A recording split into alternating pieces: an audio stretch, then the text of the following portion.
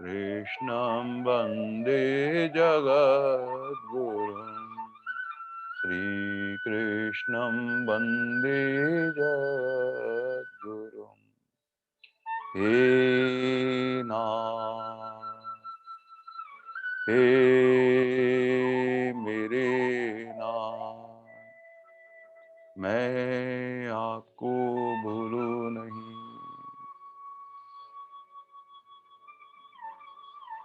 हरि शरणम।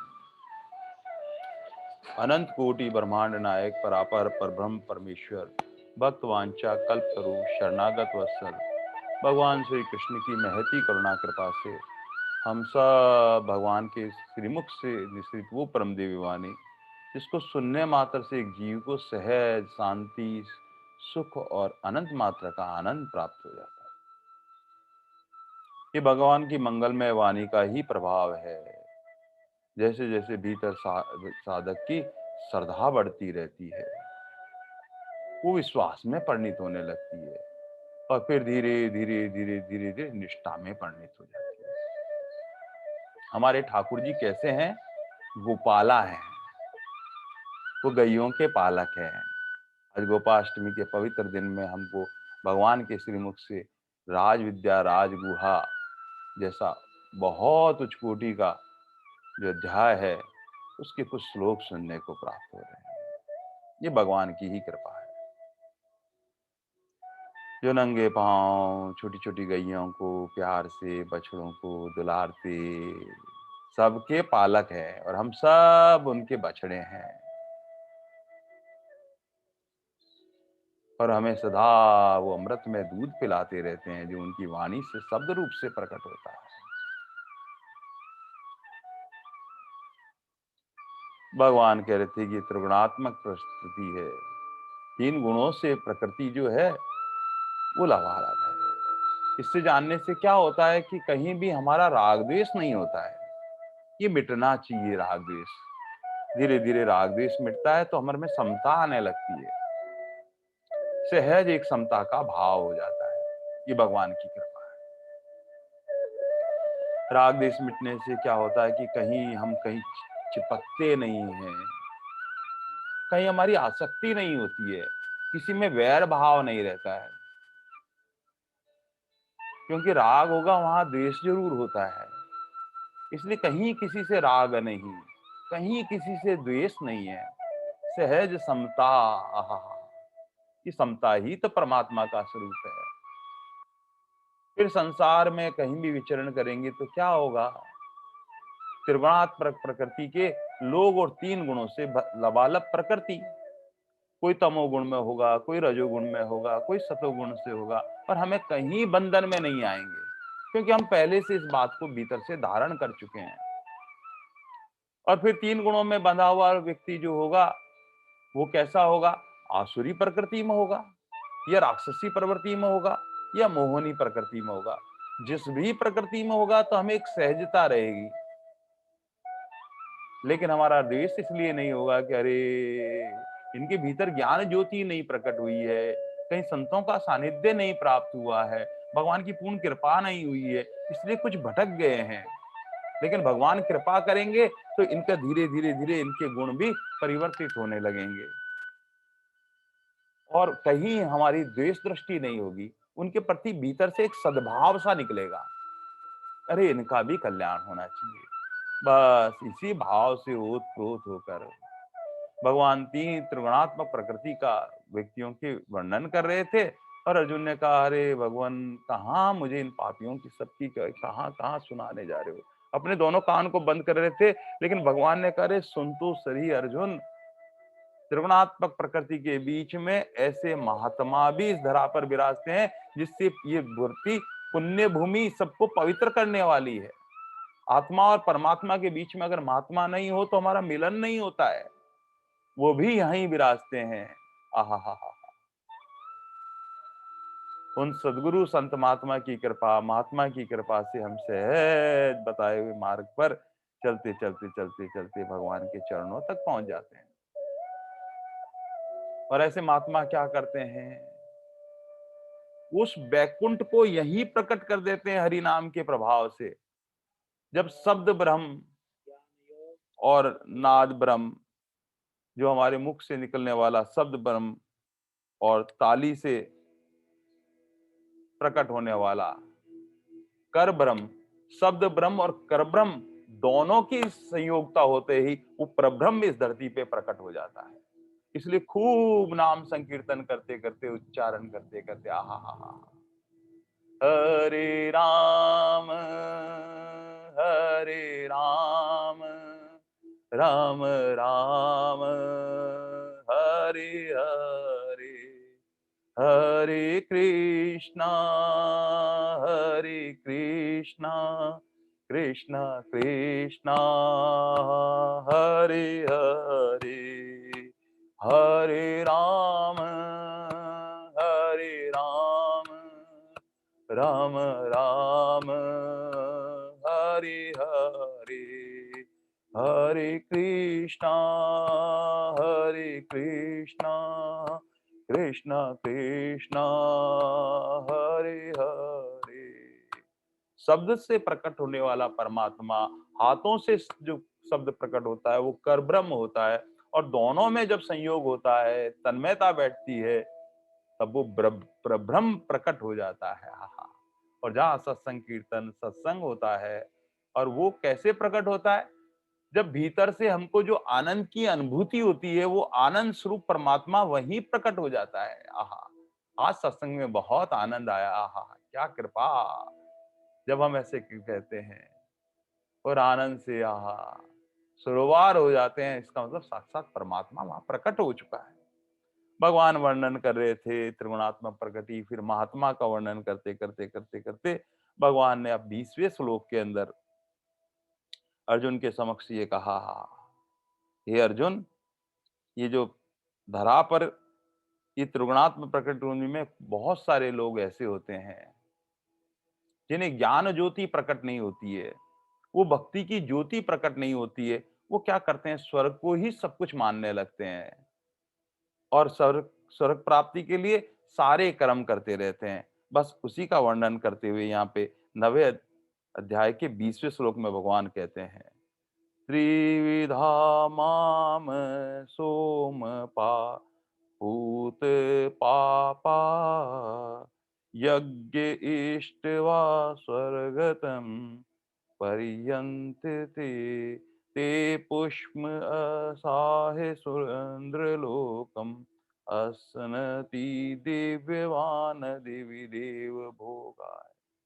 भगवान कहते हैं ये त्रिविधा, जो 3 वेदों में विधान में जो 3 प्रकार के जो सकाम कर्म करने वालों के वेद के अंदर जो 4 भाग हैं, उसमें 3 में सकाम कर्म करने हैं, उनका वर्णन है। लेकिन भगवान ने पहले ही सब में ये पहले ही बता दिया कि हे अर्जुन, क्रतु में मैं हूँ, यज्ञ में मैं हूँ, स्वधा में मैं हूँ, औषधि में मैं हूँ, और मंत्र में भी मैं ही हूँ, और घी में भी जो घृत है, जिसको आजम्य कहते हैं, आज का निकला हुआ जो मक्खन होता है, उसमें भी मैं ही हूँ, और अग्नि में मैं हूँ, और हवन की जो क्रिया है उसमें भी मैं ही हूँ, और अहम एवं सब में मैं ही हूँ। इसलिए पहले से दृष्टि परमात्मा की तरफ लग जाए, इसलिए भगवान ने पहले ही सब में कहा कि जब भी हवन यज्ञ करने बैठे, सर्वत्र परमात्मा तत्व का अनुभव करें। ऐसा नहीं माने कि कर्मकांड ही कर्मकांड लिखे, इससे स्वर्ग की प्राप्ति हो। सब में हमारी दृष्टि कामना रहित होकर परमात्मा में स्थित हो जाएगी, तो हम परमात्मा के ही शरण में हो जाएंगे। बस भगवान ने यही कहते हुए कहा कि जो त्रिगुणात्मक है, उसमें सोम पापा, आहा, सोम रस पीने वाले जो देवता जो स्वर्ग में बसते हैं, वो क्या करते हैं, वो सोम रस को पीते हैं, या उसको सोम पापा कहते हैं। पूत पापा यानी पाप रहित पुरुष, हमारे ऊपर ऋण होते हैं, ऋषि ऋण, पितृ ऋण, इन ऋणों से हम जब पार हो जाते हैं, तो हमारे सारे पाप ताप मिट जाते हैं। बस भगवान उन्हीं का ऐसा संतों का भाव है, और कहते हैं यज्ञों द्वारा पूजन करके स्वर्ग की प्राप्ति चाहते हैं वे पुरुष, अपने पुण्यों की फलस्वरूप स्वर्ग लोक प्राप्त करके स्वर्ग आदि दिव्य देवताओं के भोगों को भोगते हैं। भगवान यहाँ कहते हैं, अरे अर्जुन, भगवान के ज्ञान की महत्ता न होने के लिए, संतों का सानिध्य न मिलने से, सत्संग न मिलने से जो जीव है अनेक प्रकार के सकाम कर्म करता रहता है, और कैसे कैसे कहाँ कहाँ पहुंचने का प्रयास करता है, बस भगवान उसका वर्णन करते हैं। कैसे न कैसे भीतर की ज्ञान ज्योति जब तक प्रकट नहीं होती है, वो ज्ञान की दिव्य ज्योति न होने के कारण क्या करते हैं संसार के जीव सारे के सारे, वो संसार के सुख को ही ये मान लेते हैं कि बस यही सुख है। यद्यपि विशेष सुख में एक आनंद है, ऐसी बात नहीं है। जो रूप, रस, शब्द, स्पर्श, गंध से जो थोड़ा-थोड़ा जो सुख मिलता है, उसमें कहीं न कहीं आनंद तो है ही, सुख तो है ही, लेकिन सुख के साथ में दुःख जुड़ा हुआ है। कितना भी अच्छा हम भोजन प्रसाद प्राप्त कर लें, अगर अधिक मात्रा में खाया जाए तो तुरंत प्रभाव लग जाता है। अगर कोई मिर्ची बहुत ज़्यादा हो तो तुरंत उसका प्रभाव हो जाता है, अरे पेट में जलन हो गई, नहीं तो प्रातः काल पता लग जाता है भोजन संध्या को करने के बाद में। तो उस सुख के साथ में दुःख तो जुड़ा हुआ है। लेकिन क्या होता है परमात्मा के उस आनंद की अनुभूति नहीं होती है। उसकी अगर एक बूंद जैसी भी ओस जैसी बूंद का भी क्षणिक आनंद प्राप्त हो जाए तो सांसारिक सुख फीके लगने लगते हैं। लेकिन ये जीव जो है नाना प्रकार के संसार के सुख ही चाहता है। भगवान उसका वर्णन करते कहते हैं और दूसरा भगवान कहते हैं अरे अर्जुन, सुख के लिए संसार की में प्रयास करना बुरा भी नहीं है। कुछ समृद्धि, संपत्ति और जीवन को सहज से बनाने के लिए अगर किया जा रहा है तो बुरा नहीं है। लेकिन उसकी सीमा पता होनी चाहिए। कितनी सीमा पे, कितने दिन तक, कब तक एक अवस्था जैसी होती है, उसके पार होने के बाद में अब निष्कामता भी आनी चाहिए। सब कुछ प्राप्त होने के बाद में भी अगर हम फिर ही उस चक्र में लगे हुए हैं, तो हमारी भूल है कहीं न कहीं। इसलिए देखते हैं संसार के अंदर एक ने जैसे पूछा, "अरे! आजकल आप क्या" "अरे! भगवान की कृपा है, खूब माला जप कर रहा हूँ, क्या कर" "क्यों कर रहे हैं भई आप इतनी माला जप? क्या आपका ध्येय है? क्या करें? शादी नहीं हो रही ना।"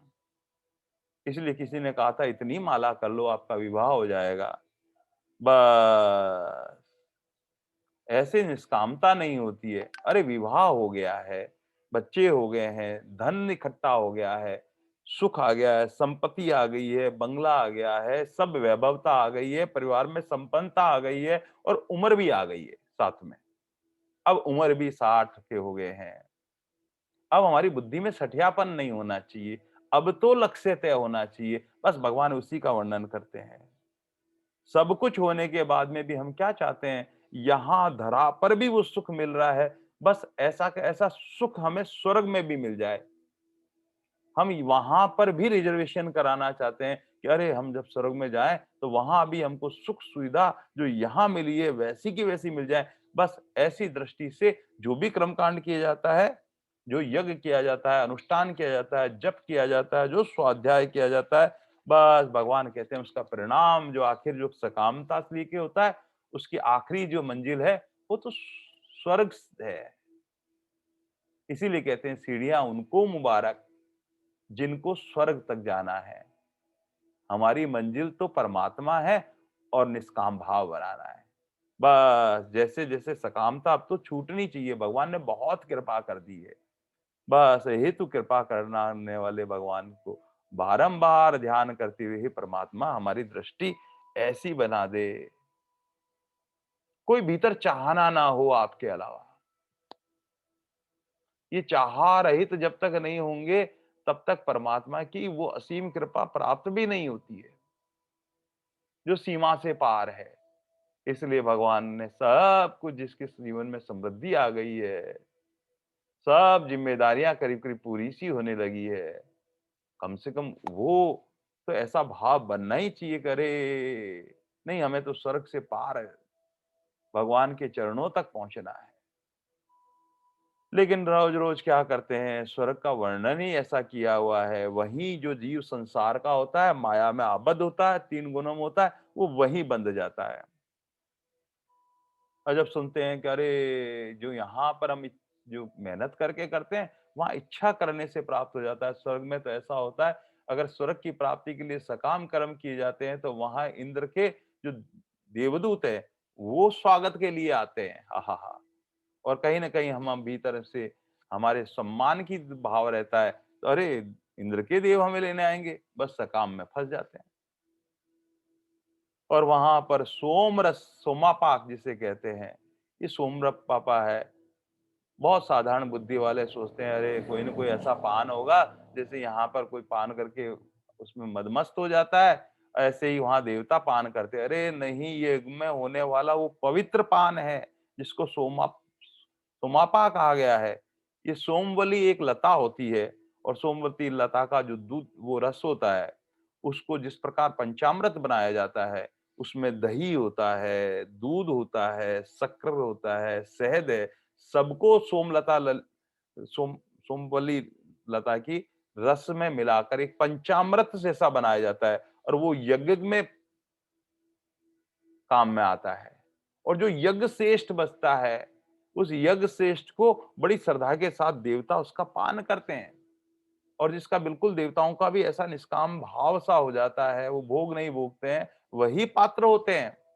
और ये सोमा पाप से क्या होता है, उनकी बौद्धिक दृष्टि जो है बुद्धि बढ़ जाती है, और उनके ऊपर जो आयु है वो चिरायु हो जाती है। आहा! संतों के श्रीमुख से सुना है कि ये जो सोमप्पा है, जिसको सोमलती लता से है, उसको पीने से वो अजेयता प्राप्त हो जाती है। अगर युद्ध में है तो इन्हें पराजय नहीं होते हैं। उनमें बल और आयु को वृद्धि करने वाला होता है, और ऐसा सोमप्पा है।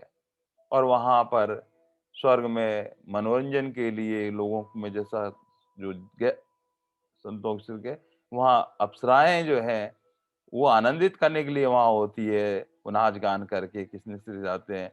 फिर कहीं ना कहीं हम फंसते रहते हैं। इंद्र का जो हाथी है ऐरावत, उसकी सवारी करने का सौभाग्य प्राप्त हो जाता है, लेकिन सब कुछ करने के बाद में परिणाम क्या? जैसे ही हमारे पुण्य क्षीण होने लगते हैं, हमें पुनः लौट कर इसी धरा पर आना पड़ता है, और फिर यहीं वही काम, क्रोध, लोभ, मोह, मत्सर, राग, द्वेष, वही कष्ट, वही कष्ट, वही कष्ट, वही कष्ट। आखिरी सीढ़ी कहाँ है? स्वर्ग तक। बस ये तो वो स्थिति हो गई कि कहीं बारात में चले गए, और बारात में जाने के बाद में जो दुल्हन का जो पिता है, उसने एक बहुत अच्छी व्यवस्था कर रखी है, और बहुत अच्छी व्यवस्था में क्या किया उसने, एक 5 स्टार होटल में हमारा कहीं न कहीं डेरा बना दिया है। बहुत महँगे 5 स्टार होटल में जाके ठहरे, और वहाँ पर सारे घंटी बजाई, एक वेटर आया, उसने आपको आके नमस्कार किया, बोले क्या आदेश है? और तुरंत उसने लाकर जो भी खान-पान की व्यवस्था थी, सब अच्छी कर दी है। और वहाँ पर यद्यपि होटल के अंदर वहीं पर सब सुविधाएँ रख रखी हैं, एक फ्रिज रखा हुआ है, जो चाहो वो खाओ। जो सेब, फल, फ्रूट, बिस्कुट सब कुछ रखे हुए हैं कमरे में, और जहाँ चाहें घंटी बजाकर 1 सेकंड में आप ऑर्डर देते ही तुरंत आपकी सेवा में वो चीज़ उपस्थित हो जाती है। लेकिन वहाँ पर हम स्थायी नहीं रह सकते, क्योंकि वो तो शादी की व्यवस्था है, और 2 दिन की व्यवस्था के बाद में जैसे ही बारात विदा होती है, फिर क्या होता है? फिर अपना सामान समेटो, और फिर सब अपने-अपने घर लौट के आओ। तो बस ये ऐसे ही बाराती बनने जैसा है, जो 2 दिन का आनंद है, ये स्वर्ग का सा आनंद है। लेकिन जो सदा आनंद में रहना चाहता है, वो तो परमपिता परमेश्वर की गोद है। वहाँ निष्कामता चाहिए। अब भगवान कहते हैं, "रे अर्जुन, जो कुछ भी नहीं चाहता है, चाह रहित हो रहता है, उसकी कोई चाहना नहीं, कोई कामना नहीं, कोई सांसारिक भोग की वासना नहीं, उसको भगवान सब कुछ देते हैं। जो कुछ चाहता है, उसको कुछ ही प्राप्त होता है, और जो परमात्मा से कुछ नहीं चाहता है, उसको परमात्मा प्राप्त होता है। जिस प्रकार हमारे एक मकान में एक कमरा खाली है, उस कमरे का हमने अरे क्या उपयोग किया जाए? अरे इसको किराए पे दे दिया जाए, और कोई ना कोई किराएदार आ जाए और उससे कह दें, अरे भाई ये कमरा है, इसके अटैच लैट्रिन बाथरूम है, और इसका किराया जो है वो 3000 रुपए है, और कोई ना कोई पढ़ने वाला बच्चा आकर उसमें रहने लग जाए, वो पढ़ाई करे, वो कितने दिन रहेगा? क्योंकि उसको किराया चुकाना होता है। आखिर वो अपनी जैसी पढ़ाई करता है, उसका काम पूरा होता है, तुरंत कहता है कि अब मैं अपने एग्ज़ाम देके गाँव चला जाऊँगा, इसलिए आप किसी और को दे दें। वो ज़्यादा ठहर नहीं सकता। क्योंकि उसको शुल्क चुकाना पड़ रहा है वहां पर। लेकिन जो कह दे, अरे हमारे पास तो कमरा ऐसे ही था, हम सोचते थे कि खाली पड़ा है, इसका उपयोग हो जाए, अगर आप पढ़ना चाहते हो, कुछ रहना चाहते हो तो आपसे किराया नहीं लेंगे। आप चाहे जब तक रहें, जब तक आपकी नौकरी नहीं लगे, रहें आराम से, हमारा तो खाली पड़ा हुआ है। तो क्या करता है वो? अरे ये तो कितने अच्छे किराएदार हैं, कितने अच्छे मकान मालिक हैं, हमारे लिए किराएदार कहता है कि हमसे कोई शुल्क नहीं चाहते हैं। और कहते हैं जितने दिन रहो, मौज से रहो, आपकी व्यवस्था है, वो यहाँ कर रखी है, हमारा तो ऐसा कोई न कोई था नहीं। आपके सानिध्य में आने से हमारा भी मन लग जाता है, आप तो रहो आराम से जब तक नौकरी नहीं लग जाती है, और नौकरी अगर यहीं लग जाए तब भी आप रहो, आपसे कोई शुल्क हम लेंगे ही नहीं। तो क्या करेगा वो? वहीं रहने लग जाएगा। बस अशुल्क हो जाता है, शुल्क नहीं लगता है। तो भगवान कहते हैं कि जिस प्रकार गोपियों के भीतर शुल्क दासी वाला भाव हो जाता है, जो कुछ नहीं चाहती है, कोई चाहना नहीं, कोई कामना नहीं। भगवान कहते हैं इसमें जो लौकिक व्यक्ति है वो ही रहना चाहता है। तो ऐस के इस जैसे जो परमात्मा का प्यारा भक्त है, जो परमात्मा से कुछ चाहता नहीं है, कोई वासना नहीं है, भगवान उसके सदा हृदय में विराजमान हो जाते हैं। वो उसके हृदय को छोड़कर जाते ही नहीं है। ऐसे संत महात्मा जो है, केवल भगवान की प्रसन्नता के लिए भजन करते हैं, रात दिन भगवान का नाम स्मरण करते हैं, सदा भगवान उनके हृदय में विराजमान रहते हैं। लेकिन भगवान कहते हैं कि अरे अर्जुन, ऐसे जो है कितने हैं, सब जीवों के भीतर वो ज्ञान ज्योति, वो प्रकाश, वो सानिध्य, वो संयोग परमात्मा का सहज बनता नहीं है। और बनता है तो संसार के विषय उसको आकर्षित करते हैं, फिर वो संसार में रमने लग जाता है। फिर क्या होता है? बार बार संसार में पुनः पुनः घूमते हैं, फिर लौटते हैं, फिर आते हैं, फिर आते हैं, और यहाँ आकर उन्हें सब याद रहता है कि अरे हम स्वर्ग भोग के आए थे, वहां कितनी आनंद थे, वहाँ अप्सराएँ नाचती थी, सोमरस पीने को मिलता था। इंद्र जो है अपने आसन के पास में हमारे पा को बिठाया करता था। ऐरावत हाथी की सवारी कराया करते थे। वो सारे सुख उसको यहाँ भी याद रहते हैं। फिर यहाँ आकर फिर सकाम कर्म करने लग जाता है, और फिर वही कष्ट, वही चिंता, वही शोक, वही वो पुनः, पुनः, पुनः, पुनः। ये तो उस तरह से हो गया, एक मेले के अंदर एक बहुत बड़ा झूला लगा हुआ है। और झूले में क्या होता है, जब नीचे से बैठते हैं तो झूला घूमने लगता है, ऊपर ले जाता है, फिर ऊपर से धीरे-धीरे वापस फिर नीचे ले आता है। फिर ये चक्र ऐसे ही चलता रहता है, ऐसे ही चलते रहता है, और बस इस चक्री में ऐसा चढ़ता रहता है उस झूले के चक्री में कि उसके जीवन में वो स्वर्ग के सुख भोगता है, और स्वर्ग के भुक सुख भोगते-भोगते फिर यहाँ धरा पर उसके पुण्य समाप्त हो जाते हैं, यहाँ धरा पे आ जाता है, वो सकाम कर्म उसको याद रहते हैं, फिर वही कर्म करने लग जाता है। फिर वो स्वर्ग की ही चाहना करता रहता है। और भगवान कहते हैं जब तक ये ऐसे चक्र चलता रहेगा, अर्जुन वो यहाँ आकर कष्ट पाता रहेगा। ये चक्र उसके पुण्य की वजह से जो स्वर्ग प्राप्त होता है, एक बहुत सूक्ष्म बात संतों के श्रीमुख से सुना कि पाप का फल जो है वो तो नरक है ही है, लेकिन पुण्य का फल भी पाप हो जाता है। इतनी सूक्ष्म बात है कि जो हमने पुण्य किए हैं, वो सब पुण्य जब संचित होकर इकट्ठे होते हैं और उनका फल हमें मिलता है, तो हमें स्वर्ग की प्राप्ति होती है। फिर स्वर्ग के भोग भोगते हैं, फिर धरा पर आकर फिर वही कष्ट वही करते हैं, क्योंकि सकामता रहती है, और सकामता होने से बार बार जन्मना मरना होता है। तो वह हमारा पुण्य भी पाप में परिणित हो जाता है, और पाप का फल तो नरक है ही, वो नरक को भोगना ही पड़ता है। भगवान इतनी सूक्ष्म सूक्ष्म बातें कहते हैं कि जो भी हमने पुण्य कर्म किया है, उनको आकर भगवान के चरणों में अर्पित करना होता है। हे प्रभु, आपकी कृपा से कुछ साधन बन पा रहा है, कुछ कर पा रहे हैं तो आपकी कृपा है। आप हमें निमित्त बनाकर जो करना चाहें कर लें। सब जो भगवान ने जिससे हमको शरीर दिया था, उन्हें भगवान के चरणों में अर्पित कर दें। तन भी तेरा, मन भी तेरा, तेरा पिंड और प्राण सब कुछ तेरा, तू है मेरा। हे दादू का ज्ञान, ऐसा भाव भीतर होकर अपने आप को आत्मसमर्पण कर दें परमात्मा। हे परमात्मा, आपने मनुष्य शरीर दिया है, इससे जो सदकर्म, जो पुण्य कर्म, जो जैसा चाहे आप इसका उपयोग कर लें। हमें निमित्त बनाकर जो कर रहे हैं, भीतर हमको आनंद देने के लिए, प्रसन्नता देने के लिए जो करते हैं, तुरंत जैसे ही भीतर उस आनंद की अनुभूति होते ही तुरंत शरणापन्न होने की आवश्यकता है। जाकर भगवान से जाकर कहते हैं, भगवान आनंद कंद परमात्मा तो आप है, आप ही तो आनंद देने वाले हैं। कि भीतर आप हमें प्रेरणा देते हैं, एक लहर उठाते हैं, हमसे काम करा लेते हैं और भीतर हमें ही आनंद दे देते हैं। और आनंद के साथ-साथ आप हमें वाहवाही भी दे देते हैं। संसार के लोग कहते हैं, वाह, वाह, वाह! आप कितने अच्छे काम करते हो, आप कितने पुण्यशाली हो, आपके कितने अच्छे भाव हैं ऐसे। लेकिन वो कहता है, करे कराए साईयाँ औरन को सिर दीव। सोवा है दास की अपनो नाम ले। करने वाले हमारे ठाकुर जी है, मेरे परमात्मा है, मेरे इष्ट देव है, मेरे सदगुरु है, मेरे संत महात्मा है। मैं क्या कर सकता, सब कुछ करने वाले वो है। इतनी दृढ़ता से इस बात को भीतर में अपने जो आत्मसात करता है,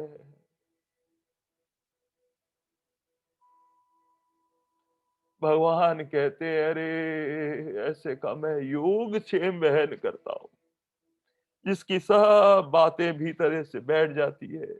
धीरे धीरे धीरे धीरे धीरे भगवान कहते हैं, अर्जुन जो स्वर्ग लोगों का पुण्य भोग कर पुण्य क्षीण होने पर वापस लौट कर आते हैं और मृत्यु संसार में रहते हैं, लेकिन इनके बीच में ऐसे प्रेमी भी होते हैं जो भगवान से कुछ नहीं चाहते। वो भगवान के प्रेम को आदान प्रदान करने के लिए वो जानते हैं कि भगवान ने हमको यहाँ जो देते हैं वो प्रेम मेरे प्रभु देते हैं, बस उसे वापस लौटाते थे। और उनका एक भाव रहता है, नित्य निरंतर एक परमात्मा का ही चिंतन बना रहता है। और गीता जी का इस 9वें अध्याय का बहुत महत्वपूर्ण श्लोक, ये 22वां श्लोक, आहा, अनन्य चिंतायन्ति माम ये जना पर्युपासते तेषाम नित्य युक्तानाम योगक्षेम वहामि। आहा, भगवान कहते हैं मैं उसका योग क्षेम वहन करता हूँ अर्जुन। आहा, जो प्रेमी भक्त जन मुझे परमात्मा को निरंतर चिंतन करते हुए निष्काम भाव से भजन करते हैं और नित्य निरंतर मेरा ही चिंतन करने वाले पुरुषों का भगवान कहते हैं मैं योग क्षेम वहन करता हूँ।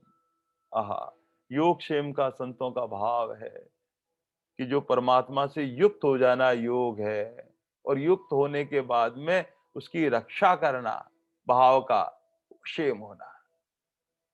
संसार की लौकिक चीजों के लिए नहीं कि संसार की लौकिक चीजें तो वैसे ही सहज मिल जाती है।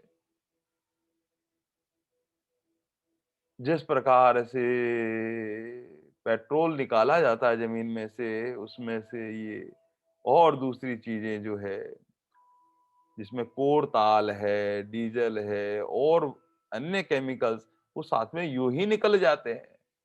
बस ऐसे ही जब हम भगवान का अनन्य भाव से नित्य निरंतर भगवान का नाम स्मरण करते हैं तो ये लौकिक चीजें तो हमको लुभाने के लिए वैसे ही उपलब्ध हो जाती है। भगवान हमारी परीक्षा लेते हैं पग पग पर कि अभी भी कहीं विषय में कहीं फंस तो नहीं रहे हैं।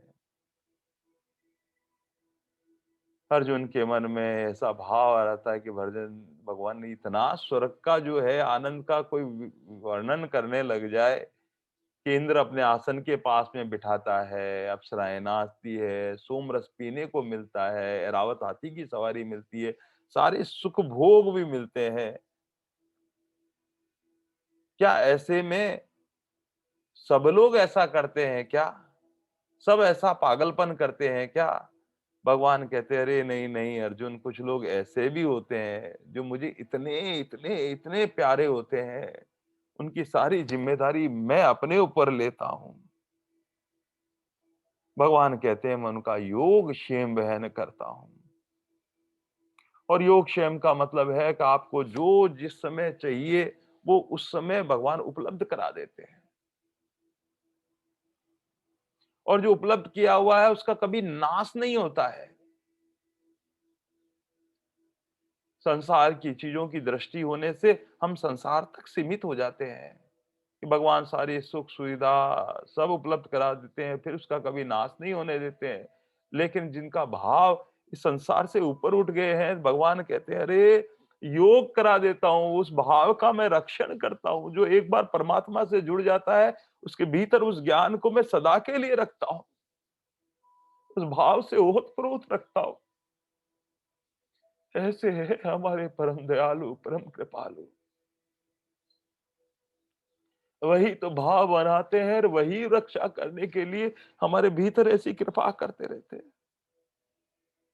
गीता के इस महत्वपूर्ण श्लोक को लौकिक लोग जो क्या करते हैं, अपना लोगो बना लेते हैं। जैसे एलआईसी वाले क्या है, अपने जो चिन्ह है वहां उन्होंने लगा रखा है योग क्षेम वहम। आपको जब जब आवश्यकता होगी हम आपको धन उपलब्ध करा देंगे। अरे वो धन आपने ही तो जमा किया है और आपके उसकी रक्षा भी करेंगे सबका। लेकिन भगवान का भाव तो निष्काम और भक्त का भाव भी निष्काम। आहा, भगवान कहते हैं जो मुझसे युक्त होता है उसका भाव होता है, उसको भाव की पुष्टि करता हूं। भाव जनार्दन है हमारे प्रभु और भाव से ओतप्रोत है। और जो भाव एक बार भगवान में बन जाता है, भगवान कहते हैं मैं उसकी गारंटी लेता हूं। आहा, भगवान अपने कंठ पे हाथ लगा के कहते हैं अर्जुन, जो कुछ नहीं चाहता है, जो चाहना रहित होता है, जिसकी कोई कामना नहीं है,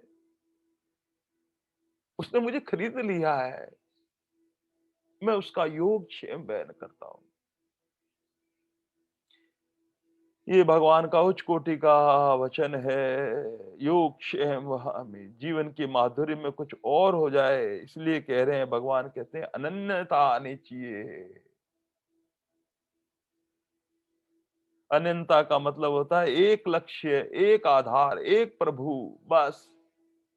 जिस प्रकार कहते हैं एक आस, एक विश्वास, केवल परमात्मा परमात्मा परमात्मा परमात्मा, जिन्होंने सर्व कुछ अपने भगवान के भरोसे छोड़ रखा है।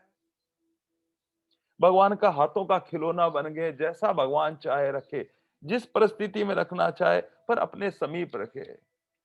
चाहे दूर करो, चाहे पास करो, हम तेरे रहेंगे प्यारे गोपाल।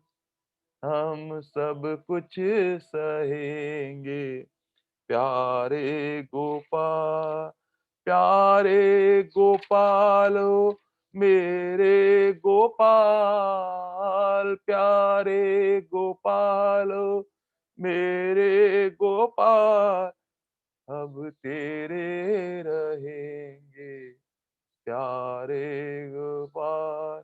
हम सब कुछ सहेंगे। हम्म। जब तक हमारी दृष्टि, हमारा लक्ष्य संसार है, संपत्ति है, कीर्ति है, बड़कपन है, सुख है, उपभोग है, संग्रह है, तब तक हम भगवान योगक्षेम नहीं करेंगे। केवल केवल केवल केवल केवल भगवान का ही आसरा, केवल केवल भगवान का ही लक्ष्य, सब कुछ हमारे परमपिता परमेश्वर जैसा रखना चाहे, बस उसी में मौज। चाहे जैसे मुझे रख लो, कुछ ना कहूंगा मैं, तेरा ही था, तेरा ही हूँ, तेरा रहूंगा मैं। प्रभु का हाँ, प्रभु हूँ, प्रभु का रहूंगा मैं। तुम्हारे नाम का मोती मेरी दौलत है। ये सुख और आनंद तुम्हारी बदौलत है। सागर मैं हूँ कतरा, तेरे संग रहूंगा मैं, चाहे जैसे मुझे रख लो, कुछ ना कहूंगा। हरे राम राम राम हरे हरे, हरे कृष्ण कृष्ण कृष्ण